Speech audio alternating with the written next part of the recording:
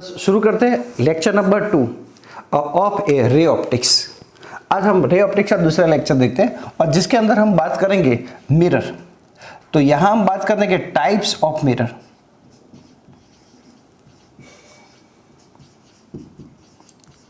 तो बस types of mirror कितने होंगे? तो जनरली आप जानते हैं कि कोई भी जगह पर मिरर कैसे बनाया जाता है। तो जनरली क्ले और सिलिकॉन डाइऑक्साइड, मतलब जिसको आप रेत बोलते हैं, और इसको हम 2000 से मोर देन 2000 सेल्सियस गर्म करें तो ये लिक्विड बन जाता है। बच्चों अभी जो टेक्नोलॉजी उसके अंदर तो ये अलग अलग से ग्लास बनाया जाता है, पर ये ओल्ड मेथड ऐसी है, जनरली ऐसे ही बनाया जाता है कि सिलिकॉन डाइऑक्साइड को मोर देन 2000 डिग्री सेल्सियस पर गर्म करते हैं, वो लिक्विड हो जाता है। इसमें से इम्प्योरिटी निकाल देते हैं और फिर इसको शेपर में डाला जाता है।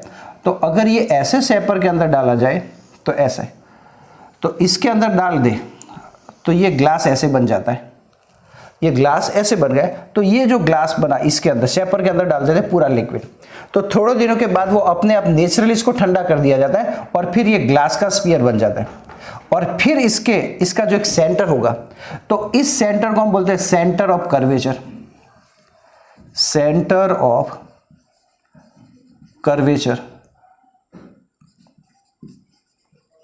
और इसकी जो रेडियस होती है उसको बोलते हैं radius of curvature. Radius of curvature. Okay, तो ऐसा कहा जाता है। अब यहां मान लो उसने ऐसा हमने शेप लिया हो, ऐसा सीधा प्लेन जैसा, तो ऐसा शेप लिया हो, ऐसा शेपर, तो ऐसा शेपर हमने लिया हो, तो इसके अंदर ही मैं लिक्विड भर दूं तो इसको नेचुरली ठंडा करने दे, तो ये जो बनेगा तो वो इसके अंदर एक साइड हम रिफ्लेक्टेड कर दे तो यहां हमें मिरर मिलता है। तो यही बात आपको मैं बताने जा रहा हूं कि क्या होगा। तो यहां मिरर के 3 टाइप्स है और जनरली इसको हम बोलते हैं प्लेन मिरर और स्फेरिकल मिरर। तो यहां हम मिरर के 2 टाइप की पहले बात करेंगे और एक होता है प्लेन मिरर। तो जनरली हमारे घर के अंदर जो यूज करते हैं प्लेन मिरर होता है, प्लेन मिरर। और दूसरा होता है स्फेरिकल,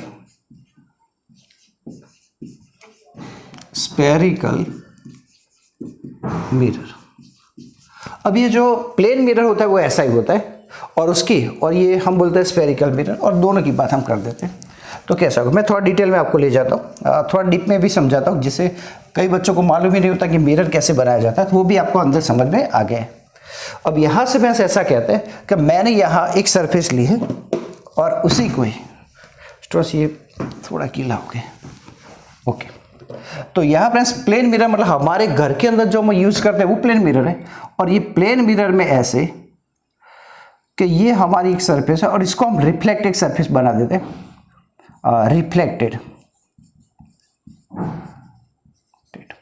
अब इस हिस्से को मैं रिफ्लेक्ट करूं तो इस तरफ मुझे दिखाई नहीं देगा, तो हमें बच्चों यहां दिखाई देगा। अब आप बोलेंगे रिफ्लेक्टर कैसे किए जाते हैं? तो अभी ऐसा कहा जाता है कि जनरल रिफ्लेक्टर के लिए सिल्वर और एल्यूमिनियम का यूज होता है और उसका पतला सा लेयर इसके पर लगाया जाता है और जिसके कारण ये सरफेस रिफ्लेक्टेड हो जाती है। इसको हम बोलते हैं प्लेन मिरर। और प्लेन मिरर के अंदर आप जानते हैं इमेज कैसी बनती है, तो जैसे ऑब्जेक्ट होती है वैसे इमेज बनती है और सेम साइड ऑब्जेक्ट है। आप वो जानते हैं, वो 10th में पढ़ चुके थे, हम उसकी में बात नहीं करेंगे। यहाँ हम बात करेंगे स्फेरिकल। तो स्फेरिकल मिरर के 2 हिस्से, एक आप बोलेंगे कॉनकेव और एक कॉन्वेक्स। तो कॉनकेव मिरर और दूसरा होता है कॉन्वेक्स, कॉन्वेक्स मिरर। अब ये 2 मिरर कैसे होते हैं? तो मैंने अभी आपको बताया कि ऐसा स्फेरिकल होता है, तो इसके 2 हिस्से यहां से काट लो सेंटर से। तो यहां मैं इतना हिस्सा लेता हूं, अगर मैं इनसाइड हिस्सा रिफ्लेक्टेड कर दूं तो ये जो मैं लाइनें बना रहा इस तरफ दिखाई नहीं देगा, और यहां अंदर की तरफ रिफ्लेक्टेड कर दे, मतलब अंदर सिल्वर या एल्यूमिनियम का मिक्सचर लगा दे तो ये रिफ्लेक्टेड बन जाएगा, तो अंदर की तरफ दिखाई देगा। तो इसको हम बोलते हैं कॉनकेव मिरर। अगर मैं बाहर की तरफ लगा दे ऐसे, तो बाहर की साइड में रिफ्लेक्टेड कर दूं तो आप उसको कॉन्वेक्स कहते हैं। तो ये हमारा कॉन्वेक्स। तो यहां इसके अंदर आप कह सकते हैं रिफ्लेक्टेड, और ये बाहर की सरफेस रिफ्लेक्टेड होती है। अब ऐसे मिरर आपने बच्चों देखा होगा, सेविंग के लिए इसका यूज होता है। और बच्चों इसके बाद हम बात करें तो डेंटिस्ट कॉनकेव मिरर का यूज करते हैं। और यहाँ कॉन्वेक्स मिरर तो आपके व्हीकल के अंदर जो साइड ग्लास होता है, पीछे व्हीकल आ रहा है उसको देखने के लिए, तो ये कॉन्वेक्स मिरर होता है। और ये एटीएम मशीन के अंदर भी आप देखते हैं तो वो कॉन्वेक्स मिरर होता है। अब ये मिरर के बारे में थोड़ा सा हम समझते हैं। हमें इस चैप्टर के अंदर पढ़ना ये दोनों स्फेरिकल मिरर, इसलिए मैंने इसके बारे में कुछ ज़्यादा आपको बताया नहीं, वो ऑलरेडी आप 10th में पढ़ चुके हैं। अब यहाँ से शुरू करते हैं। तो कुछ डेफिनेशन है और वो डेफिनेशन आपको थोड़ी याद रखनी पड़ेगी।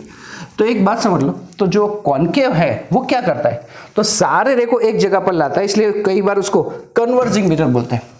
और कॉन्वेक्स मिरर जो होता है वो रेज को फैला देता है, इसलिए उसको डाइवर्जिंग भी बोला जाता है। तो यहाँ वही चीज़ों को मैं थोड़ी समझाने की कोशिश करता हूँ और आपको थोड़ी सी बातें हम समझ लेते हैं। तो पहले मैं आपको एक कुछ डेफिनेशन सिखाता हूँ और आप ध्यान रखना बच्चों को। ये मान लो मैंने कॉन्केव लिया है,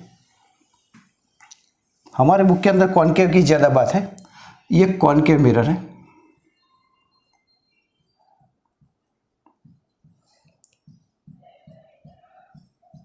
और यहां से ये पी कह सकते हैं आप, ओके, इसको पोल बोलते हैं। और यहां जो हमने इस स्फीयर जिसमें से बनाया था उसका सेंटर होता है, उस सेंटर को हम बोलते हैं सेंटर ऑफ कर्वेचर। और यहां से इसका जो डिस्टेंस पोल तक होता है इसको हम बोलते हैं radius of curvature R. All the distance are measured from the pole, pole से ही सारे डिस्टेंस मेजर किए जाते हैं। इसके बाद हम कहते हैं कि कुछ ऐसी बातें कि यहां से यहां एक और होता है। तो आप ऐसा समझो कि ये पोल है, इसको बोलते हैं प्रिंसिपल एक्सिस, प्रिंसिपल एक्सिस। इसके बाद इसको बोलते हैं सेंटर ऑफ कर्वेचर, उसकी रेडियस को रेडियस ऑफ कर्वेचर। यहां से ray parallel to the principal axis after the reflection from the mirror, mirror से वो रिफ्लेक्ट होते हैं और एक पॉइंट में से पास होते हैं, और जिस पॉइंट में से पास होते हैं इसको बोलते हैं फोकस एफ। तो ये हमारा एफ है और ये एफ को हम बोलते हैं फोकस। और ये डिस्टेंस होता है पोल टू फोकस, इसको बोलते हैं फोकल लेंथ। और ये जो डिस्टेंस होता है, जनरली ये दोनों डिस्टेंस सेम ही होते हैं, ये दोनों डिस्टेंस सेम होते हैं। अब यहां से रे रिफ्लेक्ट हुआ, तो यहां से कुछ कहते हैं कि पोल क्या है, और ये इतने हिस्से में हम देख सकते हैं, तो इसको बोलते हैं एपर्चर। एम डैश को एपर्चर बोलते हैं, पी को पोल बोलते हैं। अब इसको सेंटर ऑफ कर्वेचर बोलते हैं और उसको इसकी रेडियस को रेडियस ऑफ कर्वेचर बोलते हैं। ये focus the ray parallel to the principal axis after the reflection from the mirror they are passing through the one point is called the focus and the distance between the pole and focus is called the focal length. तो ये बच्चों कुछ information थी। एक बात भी याद रखना कि अगर मैं कोई ऑब्जेक्ट को सी पर रखूं तो उसकी इमेज कहाँ बनेगी, तो उसकी इमेज सी पर ही बनेगी। यहां ऑब्जेक्ट को मैं यहां रखूं तो इमेज सी से अंदर मिलेगी। अगर मैं ऑब्जेक्ट को यू ले जाता हूं तो इमेज जो होती है वो इस तरफ आती जाती है। तो यहां हम ये बातें थोड़ी समझेंगे। कॉन्केव, ये कॉन्केव था, कॉन्वेक्स के अंदर यही फॉर्मूला होता है, पर इसके अंदर रे एक जगह पर फोकस पर इंसिडेंट होते हैं और उसमें रे क्या होते हैं, डाइवर्ट होते हैं। इसलिए इसको कन्वर्जिंग और कॉन्वेक्स को हम कई बार ऐसे बोलते हैं डाइवर्जिंग मिरर भी कहा जाता है। तो ये बच्चों हमने लेंस के लिए मतलब दो मिरर के लिए बात की है, तो कॉन्केव मिरर और कॉन्वेक्स मिरर। अब इसके कुछ रूल्स और कुछ रेगुलेशन हम लाने की कोशिश करते हैं, और कौन सा, तो यहाँ से एक इंपॉर्टेंट क्वेश्चन है और वही देखते हैं। तो आगे के लेक्चर में बच्चों मैं आज के लिए इतना ही आपको मिरर के बारे में बताऊंगा। नेक्स्ट वीडियो के अंदर बच्चों मैं आपके कुछ फॉर्मूले डिराइव करके आपको बताऊंगा। तब तक thank you very much, have a good day.